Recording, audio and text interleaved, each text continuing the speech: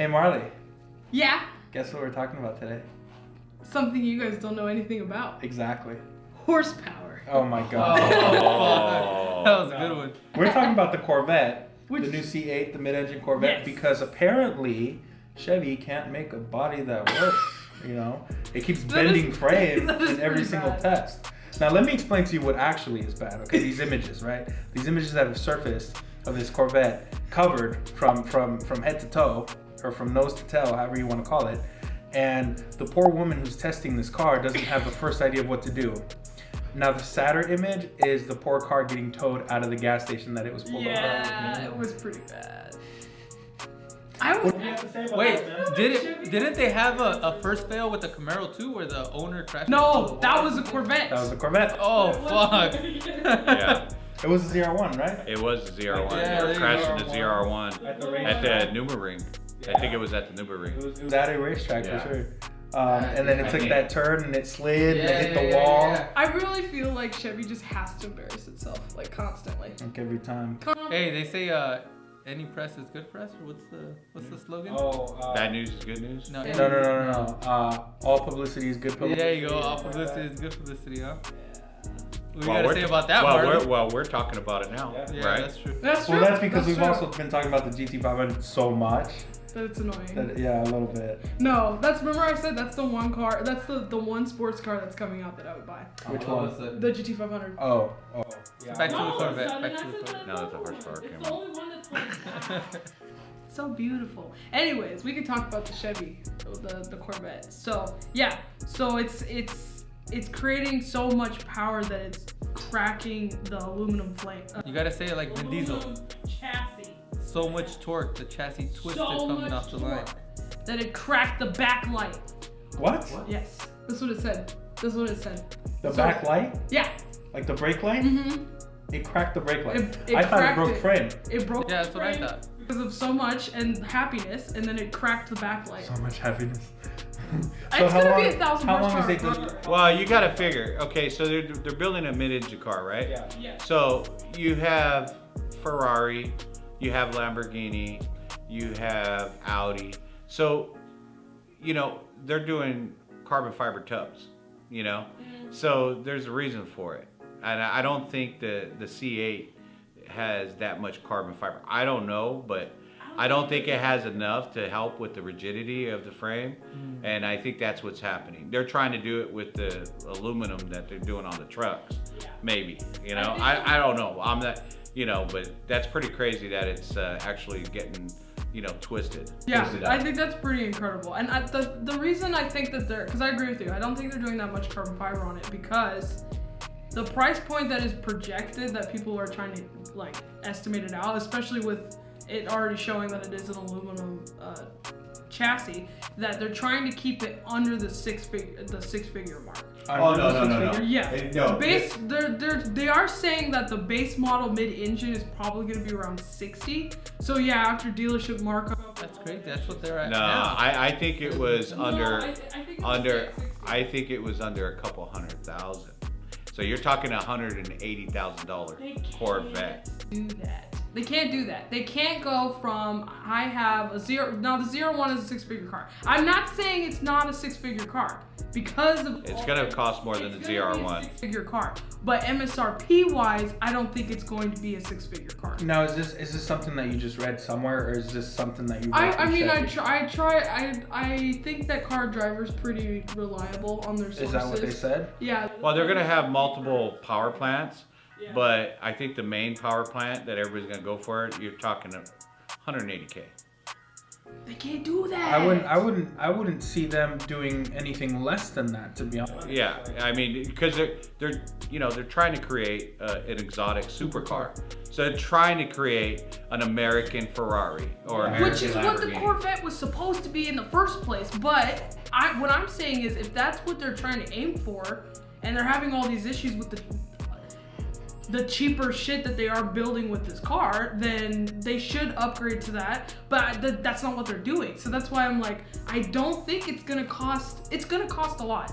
Corvettes have always cost a lot of money, but I don't think it's gonna be closer to the 200,000 mark. I really don't. I think it's good. It has to match the ZR1 at least, but even the ZR1 is like brand new, I think 120, and that's with dealership markup. So I don't know. We'll have to wait and see on that one. The reason why I'm so skeptical about that is because if they're trying to design and develop a mid-engine car under 6 figures, what are they sacrificing? Yeah. Because there's a lot of work that gets done. Ford spent like what, $1 billion just engineering the Ford GT that cost $300,000, $400,000 for some people. You know what I mean? Like, what are they sacrificing in order to get it to that price point? Well, you're saying the sacrifice. Yeah. But where else have they cut corners? If that price point is true, where else have they cut corners? Probably power is where they're gonna. Power, or maybe even like, are they actually doing like proper engineering, like to get the aerodynamics well? Because if it's just going to be a cheap American supercar, they're setting themselves up for disaster. Well, that's I the don't think first. they're gonna do that because it's Corvette. They're not gonna do But that. that's the first problem. They're trying to slap a mid-engine motor into a frame, a body of a car that they're trying to compete with Ferrari and Lamborghini. They're gonna have to spend some money. So Yeah. it's one of those things that, I mean, that's a big problem already. That's not even telling what is going on with the power plant. Just like the Z06 with the cooling issues and stuff like that. That's putting in a Z06. The C8, has a whole new set of cooling issues. It's a mid-engine car now.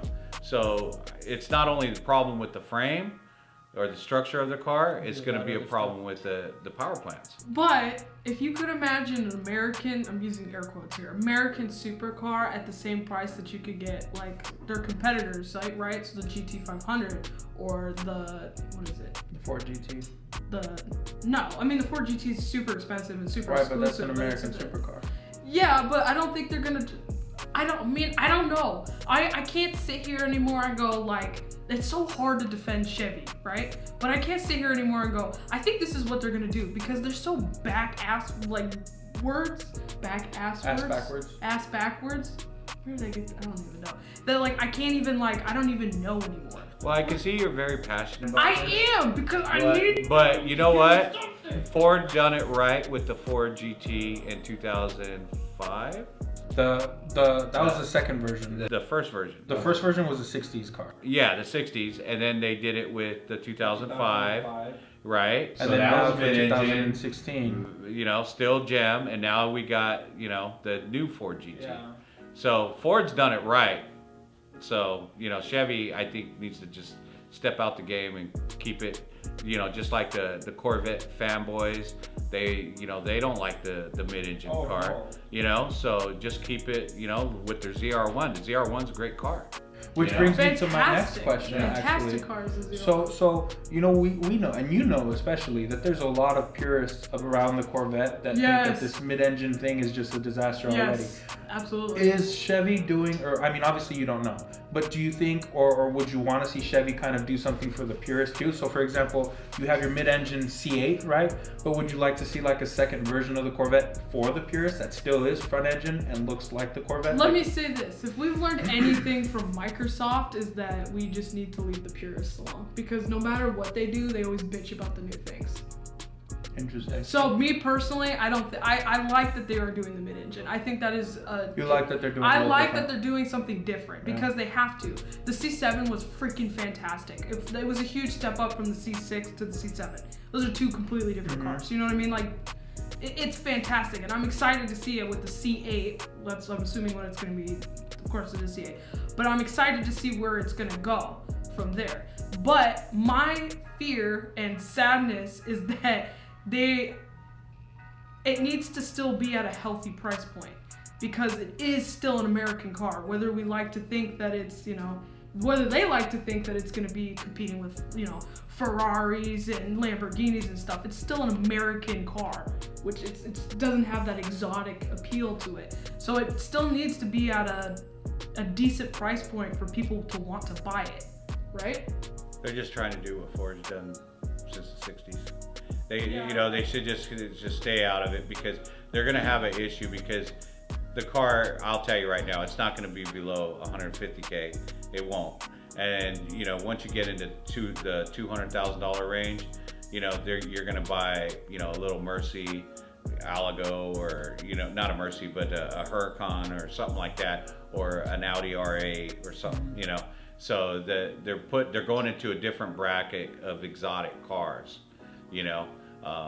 So I don't think it's a good But decision. I really think that they're not though. That's what's kind of killing me. Is like I have seen, and again, just with the issues that they have with it right now, they are cheaping out a little bit on parts. So I really don't. I think it's gonna come out, and it might be just 110, 100, maybe even 90 for the base model. I'm really thinking, because that would be a huge selling point for them. If you could give them the performance of a Ferrari with the look of a Ferrari, but you're paying, you know, like top end, you know, American supercar prices. That doesn't make sense though. No, that doesn't make sense. That sounds like they're trying to do a NSX in 2016. Or, I'm sorry, I'm behind 3 years, 2019. Because the NSX, when that came out in the 90s, it was the budget Ferrari. I mean, it was Honda's response to Ferrari. Yeah. You know, but that worked then because it had to, right? There was a market for it then. Now, I mean, first of all, you're talking about Chevrolet. You know, secondly, you're talking about a market that's kind of already saturated with a ton of options that people actually already want. But you know? no, okay, so then tell me a supercar that's at 90. There's none. And there's a reason why though. That's what I'm But there's a reason why there isn't. There's muscle cars at 90, Yeah. but not But supercars. Corvettes aren't they are not in the category of muscle car. They were created to compete with all the little fancy, you know, supercars that were around during then, that yeah. generation. If I'm feeling it, I'm passionate. If Chevy could do it, if they could do something with 1,000 horsepower, again, competing with Ferrari, Lamborghinis, but at that 90 to 120,000 price point, I'm telling you, I gotta fail. they may change the game. I gotta I'm fail. telling you. Chevy, fail. C8, fail, fail.